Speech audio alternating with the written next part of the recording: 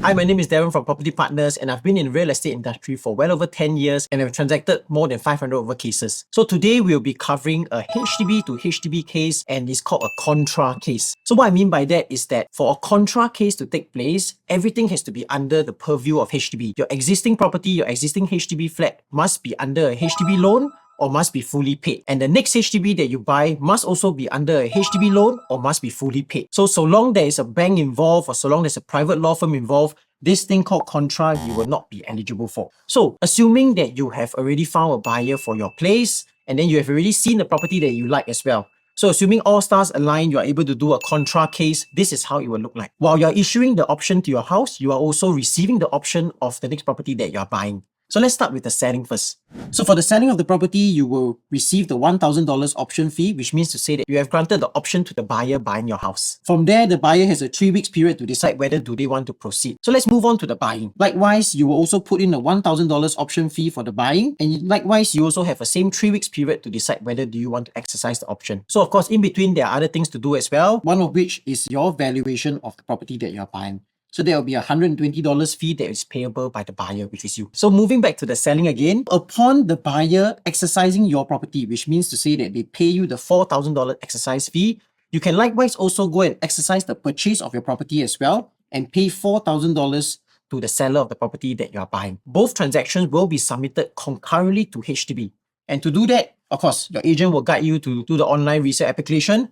That will cost you $80 for the selling side, $80 for the buying side as well. So how it works is very simple. So for HDB side, they will register both cases concurrently and park it under as one case.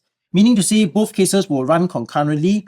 So let's say the HDB registration period is about 4 weeks for the selling side. Likewise, it's the same for the buying side. It will also be around 4 weeks as well. Both cases will effectively run in parallel, and then both cases will actually complete together. So for typical HDB transaction, it's about 4 weeks from the exercise to the registration after you submit the case, and another 8 weeks for them to process the case. So what this means is that your completion date will actually be the same. You only need to go down to HDB Hub one time, whereby when you go down that time, you will be doing your selling completion and your buying completion on the same day. So for those sharp-eyed viewers, you might actually notice something. Because on the completion day, yes, you don't have a place to stay already. The day that you give up the keys is the day that you also take your keys. But hey, I haven't renovated my new house, haven't moved in yet. And how? So here you don't have a house to stay, which is true. So what you need to do is, if you want to move over seamlessly from one house to the other house, you have to try to ask for this thing called the extension of stay.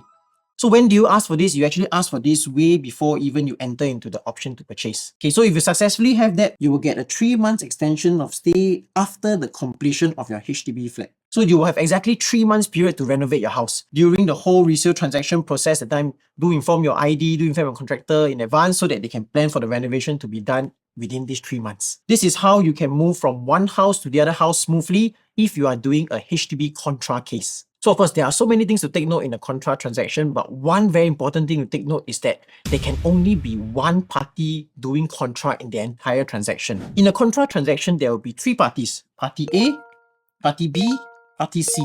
So you are Party B over here, you are selling your flat to Party A and you are buying Party C's flat. So if you are the contra party over here in the middle, these 2 parties here cannot do a contra. But of course, we do have a huge number of people who are also not eligible for contra, meaning to say that some parts of the transaction do involve a private law firm or a bank loan. For example, their current house could be under a bank loan, or let's say maybe their current house is under a HDB loan, but the next house they want to buy is under a bank loan. They are also not eligible for contra. So here's how to do it instead. So for a non-contra case, this is how it will work. Likewise, the first part is quite similar, meaning to say you receive the $1,000 option fee for your house, and you also put the $1,000 option fee for the house that you want to buy. Same thing, you also receive the $4,000 exercise fee for your house, and you also pay the $4,000 exercise fee for the buying of the next property. So this is where the similarities ends. From here, you do have 2 different options. Both agents, both sellers, buyers all have to agree upon how they want to do it. So there are 2 ways to do it. The first way will be both can still submit the resale application together. Sell and buy, you just submit it together. And then within 4 weeks later, you will receive the notification from HDB to give you a completion date. From there, once you have received the selling completion date, the buying side, you can actually go and do a simple mutual agreement to say that I want my resale completion to be 3 weeks after the selling completion right over here. So this 3 weeks gap is still important because you need it for your funds to move from one house over to the other house. The second method will be a method I don't so recommend. I usually prefer the first method. You will submit the selling first and then have it processed by HDB for 4 weeks first. The moment you hit about 3 weeks period, so that's why I say I don't so recommend, because it takes a lot more coordination. Somewhere around the 3 weeks mark over here, you submit the application for the buying side, so that naturally you have a 3 weeks gap between the selling and buying. However, for HDB side here, this 4 weeks registration period is quite uncertain. Sometimes it can be 3 weeks, sometimes it can be 4 weeks. I've even had cases recently up to 6 weeks. So HDB side can actually really mess up your timeline if you're not careful. So by doing it this way, whereby you time the resale submission 3 weeks apart, right, you're actually leaving yourself more vulnerable to HDB not giving the date that you want. HDB is cooperative and they give you exactly the date that you want. You will get the 3 weeks apart for your funds to move successfully from your first flat to your next house. But once again, I don't recommend this method. I usually prefer the first method. And usually what we would do is that even before issuing of the option, right, all this I actually negotiated beforehand, so that by the time I receive the 1,000 and by the time I put in the 1,000, all parties in the transaction, be it the buying side of your house or be it you as the seller or be it the seller of the house that you are buying, all parties in the transaction will be super clear and everyone will be mutually agreeable in what to expect for their completion date.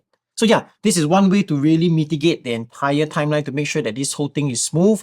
So yes, you'll be wondering, hey Daron, this one is like so difficult. Why not I just buy first? Is it even possible? The answer is actually yes. You can buy first without selling your existing HDB flat, but you must fulfill certain criteria.